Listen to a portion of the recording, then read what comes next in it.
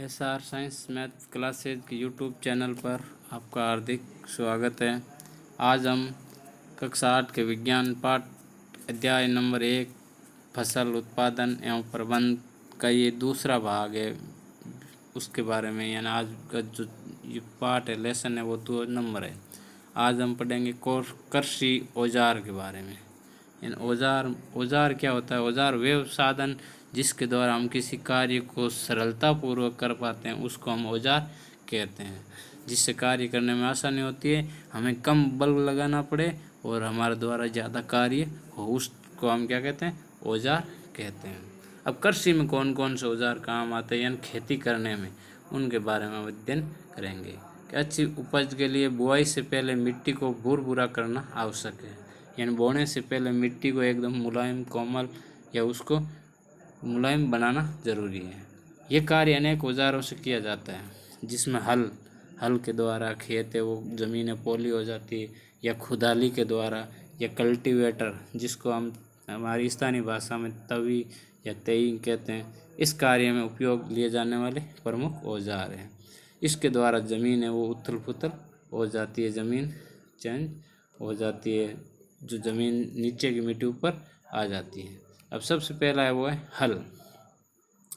हल प्राचीन काल से ही बहुत कृषि में उपयोग आने वाली सबसे ज़्यादा महत्वपूर्ण चीज़ है, और इस जुताई में काम आता है, या खाद या उर्वरक मिलाने में भी काम आता है, खरपतवार निकालने और मिट्टी खुरचने के लिए काम आता है। वैसे हल है हमारी भारतीय जो वो पौराणिक कथा है, उसमें हल है वो भगवान बलराम श्री कृष्ण के बड़े भाई का प्रमुख हथियार था, प्रमुख यंत्र था। वो अपने कंधे पर हल को धारण करते थे, इस कारण उनको हलधर भी कहा जाता है।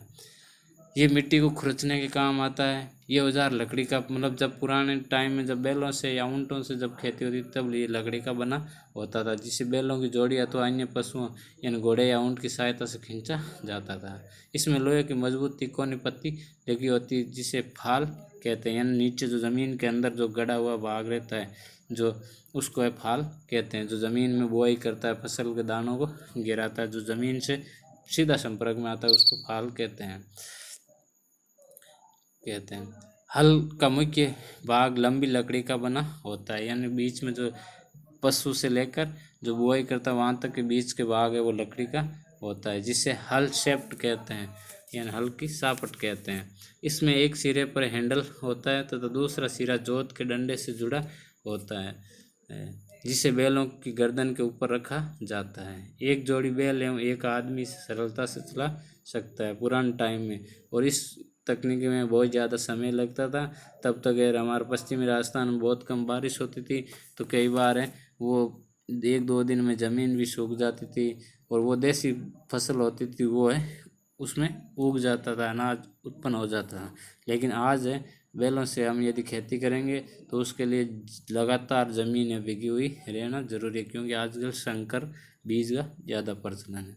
आजकल लोहे के हल तेज़ी से देसी लकड़ी के हल की जगह ले रहे हैं, यानी लोहे के हलों का ज़्यादा उपयोग हो रहा है। अब उसके बाद में आ रहा है खुदाली, यानी ज़मीन को खोदने के लिए। ये एक सरल औजार होता है जिसका उपयोग खरपतवार निकालने या मिट्टी को पोला करने के लिए किया जाता है। यानी जो कि आप कई क्या ना खेत में कृषि कई जो कि छोटी यंत्र या लोहे को और जो ज़मीन खुदाई हुई जाए, इससे इसमें लकड़ी एवं लोहे की छड़ होती है, यानी हाथ से पकड़ने के लिए लकड़ी का डंडा या लोहे का डंडा होता है, जिसके एक सिरे पर लोहे की चौड़ी और मूड़ी प्लेट लगी होती है और बड़ी प्लेट लगी होती है। अब ये इस प्रकार की ये खुदाली होती है, लेकिन आप कृषि किया करें कई किया करें वो खुदाली। और इसको है वहाँ से हाथ से इस भाग से हाथ से पकड़ते हैं यहाँ से, और फिर उसको काम में लिया जाता है। जो ब्लेड की तरह कार्य करती है, इसका दूसरा सिरा पशुओं द्वारा खींचा जाता है। कल्टीवेटर आजकल जुताई ट्रैक्टर द्वारा संचालित कल्टीवेटर से की जाती है। कल्टीवेटर का उपयोग श्रम और समय दोनों की बचत होती है, यानी कम समय में ज़्यादा बुआई हो जाती है, क्योंकि आजकल मानसून है वो 1-2 दिन अधिकतम है वो ज़मीन भीगी रहती है, फिर बाद में ज़मीन सूख जाती है। तो इस कारण है हमें ज़्यादा पैदावार चाहिए, तो इसलिए हमें जल्दी फसल बुआई करना भी आवश्यक है। अब उसके बाद में आता है बुआई। इन फसल की बुआई कैसे करते हैं? बुआई फसल उत्पादन का सबसे महत्वपूर्ण चरण होता है। इन बुआई सबसे महत्वपूर्ण है। बोने से पहले अच्छी गुणवत्ता वाले साफ एवं स्वस्थ बीजों का चयन करते हैं।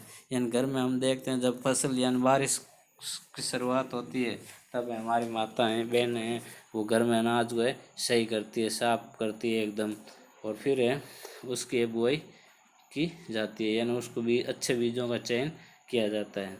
किसान अधिक उपज देने वाले बीजों को प्राथमिकता देते हैं। अब है बीजों का चयन, यानी किस प्रकार से हम बीजों का चयन करते हैं।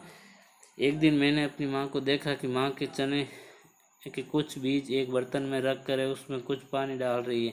कुछ मिनट पश्चात कुछ बीज पानी के ऊपर तैरने लगते हैं। मुझे आश्चर्य हुआ कि कुछ बीज पानी के ऊपर क्यों तैरने लगे। यानी हमारे घर में देखते हैं माताएं बहन वो अनाज को है पानी में भिगोती है।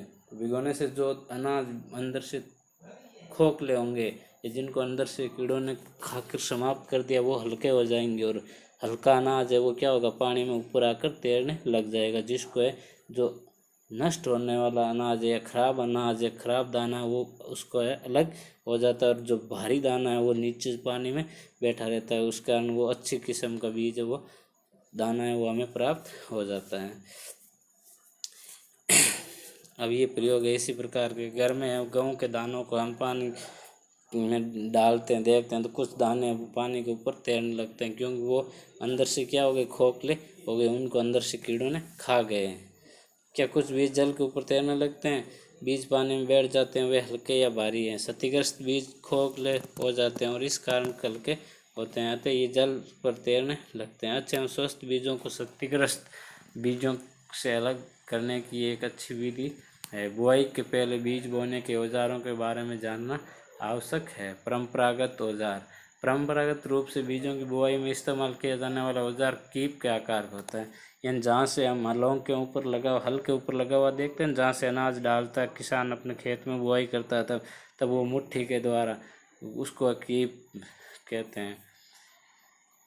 और बीजों की कीप के अंदर डालने पर ये 2 या 3 नुकीले सिरों वाले पाइपों से गुजरते हैं, और अब तो ऑटोमेटिक आगे सारे ऊपर है बक्सा लगा होता है, उसके अंदर अनाज भर दो, बीज भर दो, और फिर जो वो हल चलेगा तो उसके साथ में एक चक्कर लगा हुआ होता है, वो ज़मीन के साथ में वो घूमता रहता है। घूमने से वो क्या है बीज का जो दरवाज़ा होता है वो पेटी का वो खुलता रहता है, और वो बीज है समस्त 8 जो हल के जो फांकड़े होते हैं उनमें पहुंच जाता है बीज, और ये ऑटोमेटिक हो गई। ये सिरे मिट्टी को भेद कर बीज को स्थापित कर देते हैं, और वो सिरे जो है फिर ज़मीन के अंदर धंस जाते हैं और वो है बीजों को ज़मीन के अंदर रोपित कर देते हैं।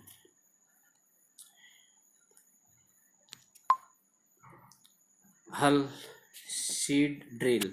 अब सीड ड्रिल जो आधुनिक हल है, आजकल बुआई के लिए ट्रैक्टर द्वारा संचालित सीड ड्रिल का उपयोग होता है। इसके द्वारा बीजों में समान दूरी एवं गहराई बनी रहती है। यह सुनिश्चित करता है कि बुआई के बाद बीज मिट्टी द्वारा ढक जाए। इसमें बीजों को पक्षियों द्वारा खाए जाने से रोका जा सकता है। सीड ड्रिल द्वारा बुआई करते समय श्रम और समय दोनों की बचत होती है, यानी बीज वो ज़मीन के अंदर गहराई में चला जाता है, जिसके कारण उसको कोई कीड़ा ईड़ा नहीं खा पाता है। मेरे विद्यालय के समीप एक पौधशाला नर्सरी है। मैंने देखा कि पौधे छोटे छोटे थैलों में रखे हैं। वे इस प्रकार क्यों रखे जाते हैं?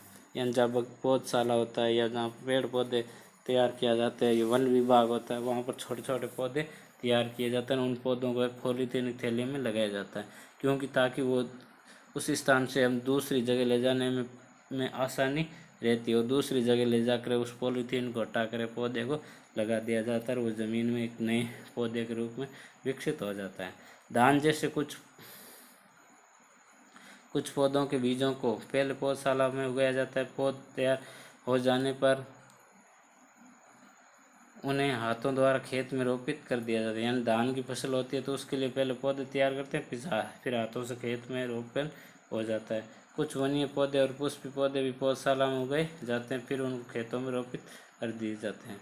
पौधों को अत्यधिक घने होने से रोकने के लिए बीजों के बीच उचित दूरी होना आवश्यक है। यानी ज़्यादा यदि हम पास पास पौधों को लगाएंगे, बीजों को लगाएंगे, तो उससे वो फसल है ज़्यादा पैदावार नहीं होगी, क्योंकि प्रत्येक पौधे को उचित पोषक नहीं मिल पाएगा। इसलिए उनके लिए कुछ निश्चित तय सीमा होती है, वहाँ उतनी दूरी रख कर पौधों को लगाना चाहिए, या निश्चित अंतराल पर पौधों का रोपण करना चाहिए, ताकि उनको ज़मीन से ज़्यादा पोषक मिले और अधिक पैदावार उनको फैलने के लिए और उनको बढ़ने के लिए स्थान भी आसानी से मिल जाए।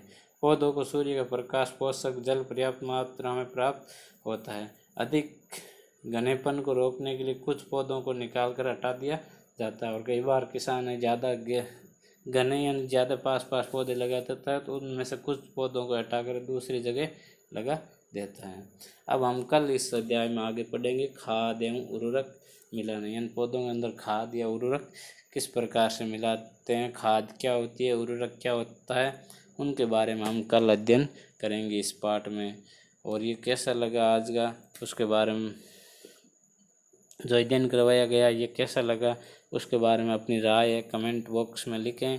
इस चैनल को अधिक से अधिक शेयर करें, अधिक से अधिक सब्सक्राइब करें। धन्यवाद।